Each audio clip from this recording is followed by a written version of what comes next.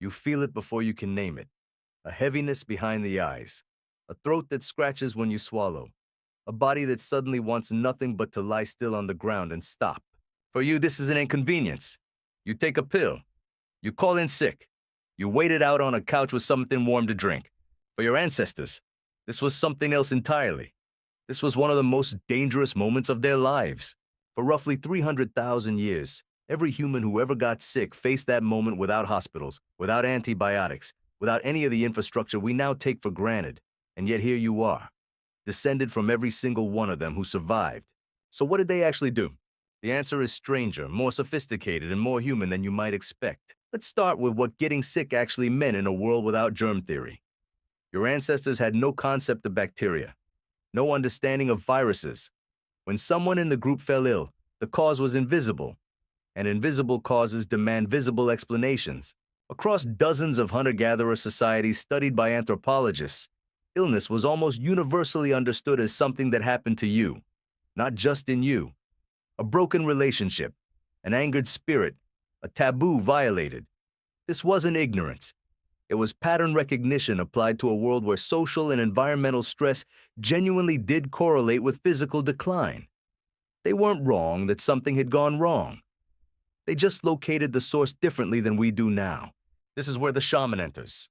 The word shaman comes from the Evenki people of Siberia, but the role appears independently in virtually every pre-agricultural culture ever studied. Mircea Eliade, the historian of religion who spent decades cataloging these figures across cultures, called shamanism humanity's oldest healing tradition. The shaman was the person who moved between worlds, the visible world of the sick person and the invisible world of causes.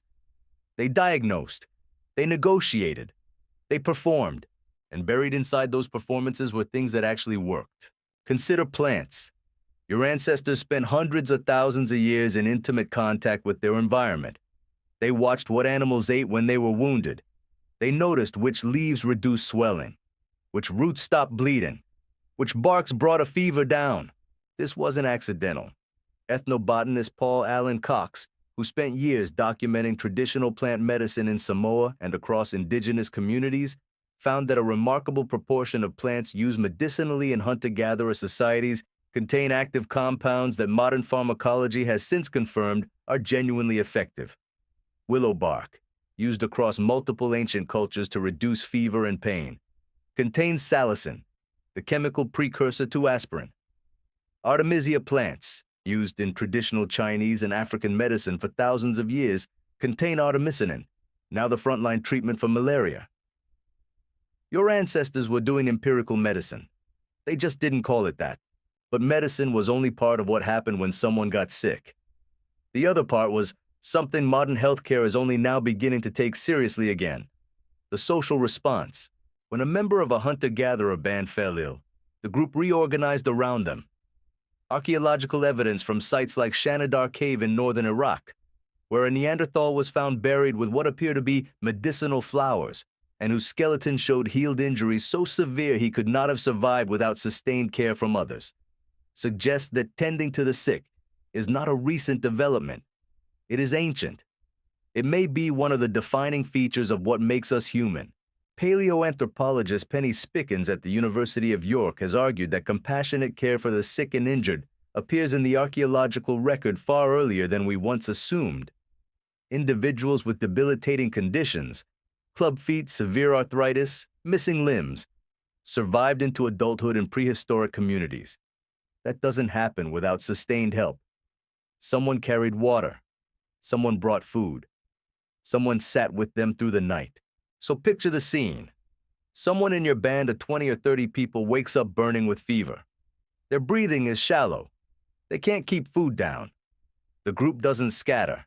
They slow down. They make camp near water. The shaman is called. Plants are gathered and prepared. Some chewed into a paste and pressed against the skin. Others boiled and inhaled as steam. Others prepared as a bitter drink that the sick person forces down. The rest of the group does what humans in distress have always done. They talk. They tell stories. They sit close. They touch. And that last part matters more than you might think. Research by immunologist Esther Sternberg at the National Institutes of Health has shown that social connection during illness measurably affects immune function. Stress hormones suppress immunity. The presence of trusted others reduces stress hormones. What your ancestors were doing when they sat with the sick, the storytelling, the physical contact, the collective attention, was not merely comforting. It was physiologically useful. The ritual was doing real biological work. The herbs helped, the rest helped, the social warmth helped, and sometimes none of it was enough.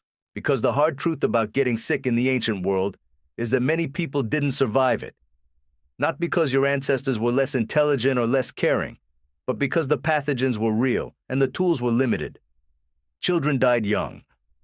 Adults died of infections that would now be resolved in a week with a standard prescription. The grief was real and frequent and woven into the fabric of everyday life in a way most of us have never experienced. But here is the counterintuitive twist. The ancient world was not uniformly more dangerous in terms of infectious disease than what came later. In some ways, it was safer. Hunter-gatherer bands were small, typically between 15 and 50 people. When you live in a mobile group of that size, the great epidemic diseases simply cannot sustain themselves. Measles, smallpox, influenza.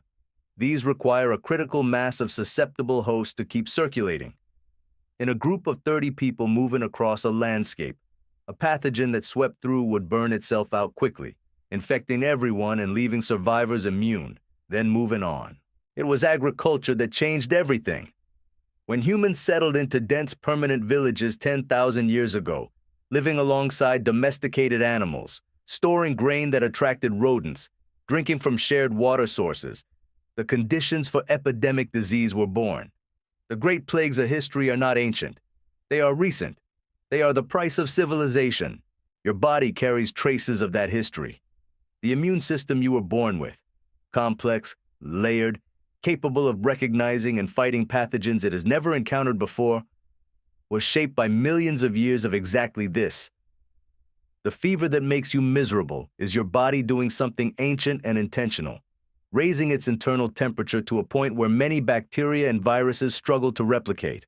The loss of appetite that comes with illness is your body diverting energy from digestion toward immune defense. You are not broken when you are sick. You are running a program your ancestors refined across geological time. And the instinct to call someone when you feel terrible, to want company, warmth, presence, that is ancient too.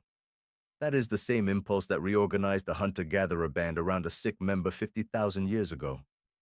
The same impulse that had someone sit beside a Neanderthal in a cave in Iraq and lay flowers on the ground. You feel it before you can name it. That pull toward other people when your body is struggling. It turns out your ancestors felt it too. And for 300,000 years it kept them alive long enough to become you.